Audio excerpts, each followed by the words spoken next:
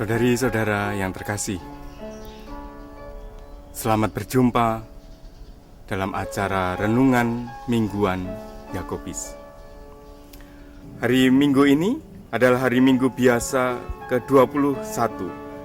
Bacaan Injil terutama untuk hari ini adalah lanjutan dari bacaan minggu kemarin.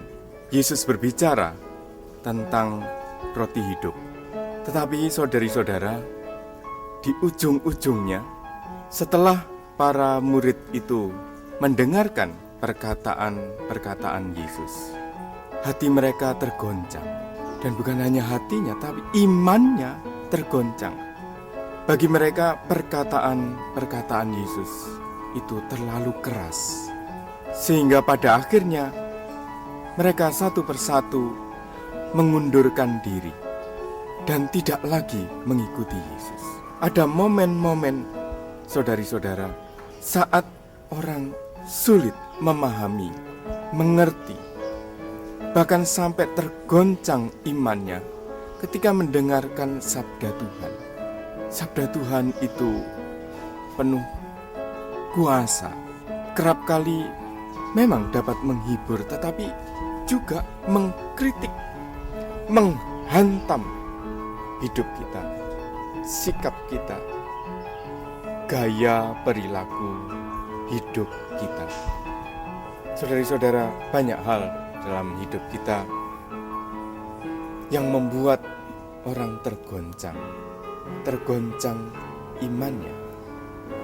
Misalnya ketika kita menghadapi kemalangan bertubi-tubi, bencana yang tak habis-habisnya, kelaparan yang tak henti-hentinya. Ketika kita kehilangan orang yang dicintai, kita tergoncang.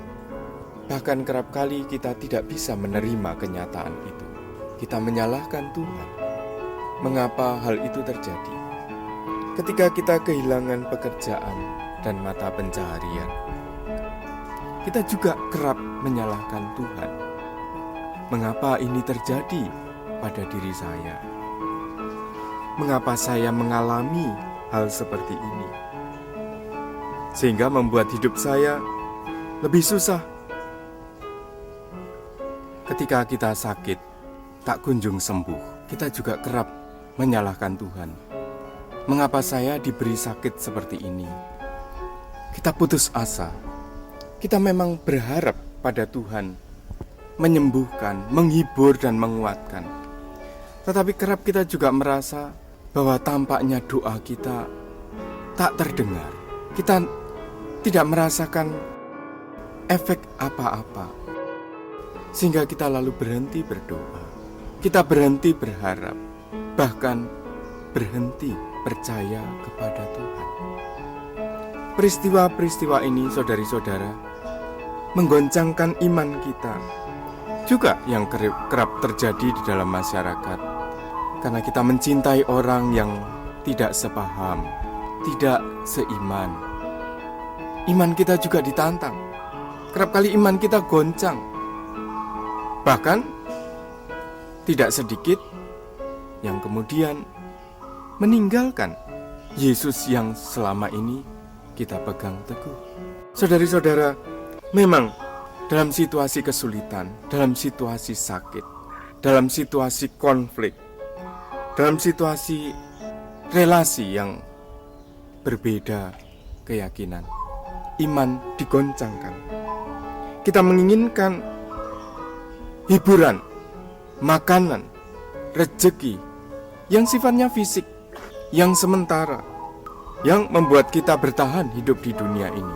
Tetapi saudari-saudara, kalau kita membaca kitab suci, kerap kali kita dihadapkan pada kata-kata Yesus yang keras. Yesus bersabda bahwa perkataannya adalah perkataan roh, bukan perkataan daging, bukan perkataan yang bersifat fisik. Tetapi Yesus ingin membawa kita pada hidup abadi, bukan hanya hidup di dunia ini. Yesus ingin menguatkan kita dalam peziarah di dunia ini, tapi juga tidak berhenti hanya di sini.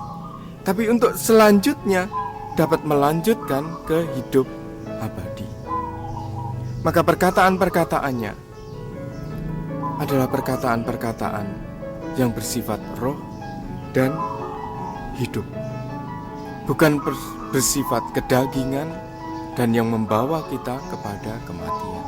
Saudari-saudara, perkataan-perkataan Yesus memang akan meneguhkan kalau kita percaya, akan membuat kita kuat menghadapi tantangan hidup seberapapun besarnya di dunia ini. Entah itu kemalangan, entah itu bencana, entah itu kehilangan, entah itu sakit, entah itu relasi dengan orang-orang yang berbeda keyakinan, akan membuat kita kuat. Saudari-saudara, ketika murid-murid yang tersisa ditantang oleh Yesus, apakah kamu tidak mau pergi juga? Maka Petrus mewakili para murid yang tersisa dengan jelas menjawab, Tuhan, kepada siapa kami akan pergi? Hanya padamulah ada sabda yang hidup dan kekal. Saudari-saudara, kita juga pada minggu ini ditantang untuk menjawab seperti Petrus. Tuhan, hanya padamulah ada sabda hidup dan kekal. Walaupun itu keras, walaupun itu pahit. Semoga hidup kita dari hari ke hari dikuatkan, walaupun harus menghadapi aneka tantangan dan kesulitan. Tetapi dengan bekal sabda Yesus, kita dikuatkan dan diberkati. Semoga. Amin.